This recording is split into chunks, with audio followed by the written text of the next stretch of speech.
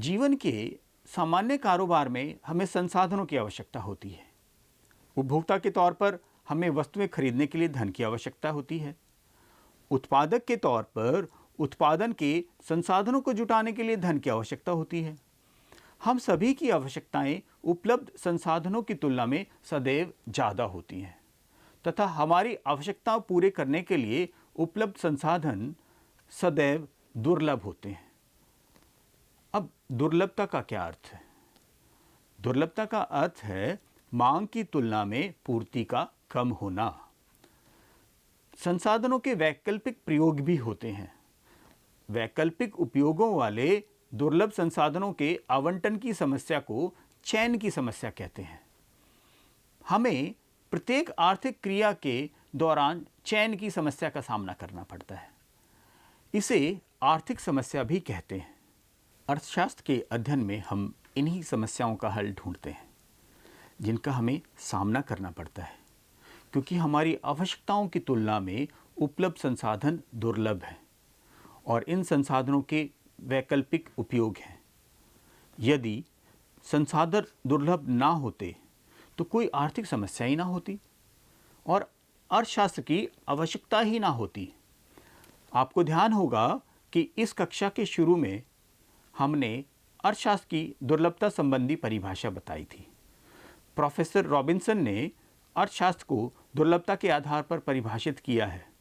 उनके अनुसार अर्थशास्त्र एक ऐसा विज्ञान है जो मनुष्य के व्यवहार का अध्ययन सीमित साधनों और असीमित आवश्यकताओं के संदर्भ में करता है, जबकि सीमित साधनों के वैकल्पिक प्रयोग भी होते हैं।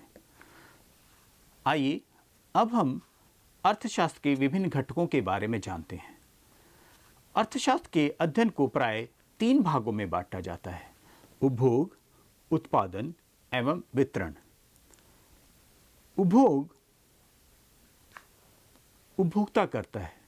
उपभोक्ता का उद्देश्य अपनी निश्चित आय और ज्ञात कीमतों को देखते हुए अधिकतम संतुष्टि प्राप्त करना होता है। उपभोक्ता के रूप में लोगों के साधन सीमित होते हैं तथा उनकी आवश्यकताएं असीमित होती हैं। अर्थशास्त्र के अध्ययन के अंतर्गत हम यह जानने की कोशिश करते हैं कि उपभोक्ता यह निर्णय कैसे करता है कि वह अपनी निश्चित आय और वस्तुओं की कीमतों को ध्यान में रखते हुए अनेक वैकल्पिक वस्तुओं में से किस वस्तु को खरीदेगा या वस्तुओं के अनेक वैकल्पिक संयोगों में से किस विकल्प का चयन करेगा। यकीनन उपभोक्ता ऐसे विकल्प का चयन करना चाहेगा जिससे उसके सीमित संसाधनों से अधिकतम संतुष्टि प्राप्त हो। उदाहरण के लिए, आपके पास 50 रुपये हैं और आपको भूख लगी है। बाजार में खाने के लिए अनेक वस्तुएं उपलब्ध हैं। ऐसे में आप किस वस्तु का चयन करेंगे, यह इस बात पर निर्भर करता है कि कौन सी वस्तु आपकी भूख को शांत कर सकती है और साथ ही आपको खाने में रुचि भी आए। अर्थशास्त्र में यह उपभोग का अध्ययन है। दूसरा घटक उत्पादन। प्रत्येक उत्पादक चाहता है कि वह अधिकतम लाभ अर्जित करे। ऐसा तभी संभव होगा जब उत्पादन की लागत कम हो तथा बाजार में मिलने वाली कीमतें अधिकतम हो। बाजार कीमत पर उत्पादक का नियंत्रण कितना है, यह अनेक बातों से प्रभावित होता है। आगतों की कीमतों को कम करना भी उत्पादक के हाथ में नहीं होता। ऐसे में उत्पादक, जिसे उत्पादन की लागत तथा बाजार में मिलने वाली कीमत ज्ञात है, तब ऐसे संयोग का चयन करता है जिसकी उत्पादन लागत कम हो तथा उत्पादन से मिलने वाला लाभ अधिकतम हो।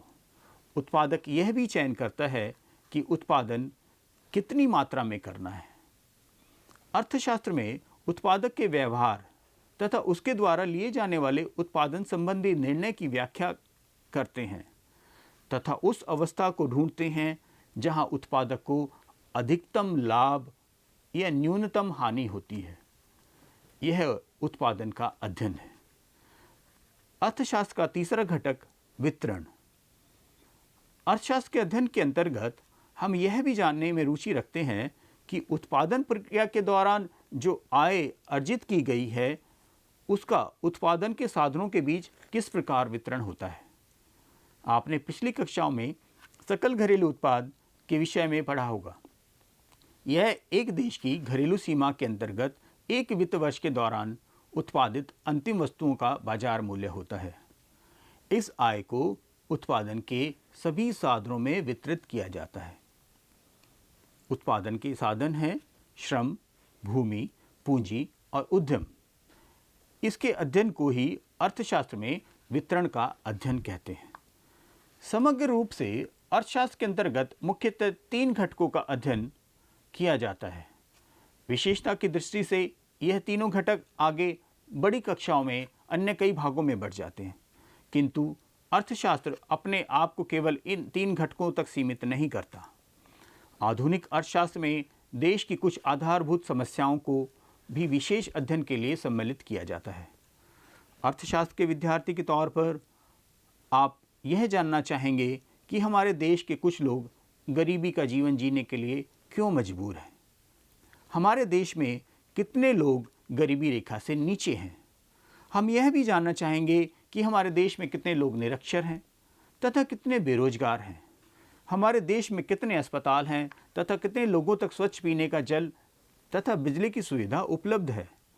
यह सब जानने के लिए आप ऐसे संख्यात्मक तथ्यों की जानकारी प्राप्त करना चाहेंगे जिससे आपको इन सभी प्रश्नों के उत्तर मिल सके। इस चर्चा के बाद आप अर्थशास्त्र की निम्नलिखित परिभाषा से सहमत होंगे, जिसका प्रयोग अधिकांश अर्थशास्त्री करते हैं। व्यक्ति और समाज अपनी आवश्यकताओं को पूरा करने के लिए तो समाज के विभिन्न व्यक्तियों एवं समूहों के उपभोग हेतु वितरित करने के लिए इसका चुनाव कैसे करें कि वैकल्पिक प्रयोग वाले अल्प संसाधनों का प्रयोग विभिन्न वस्तुओं के उत्पादन में हो सके। अर्थशास्त्र इसका अध्ययन है।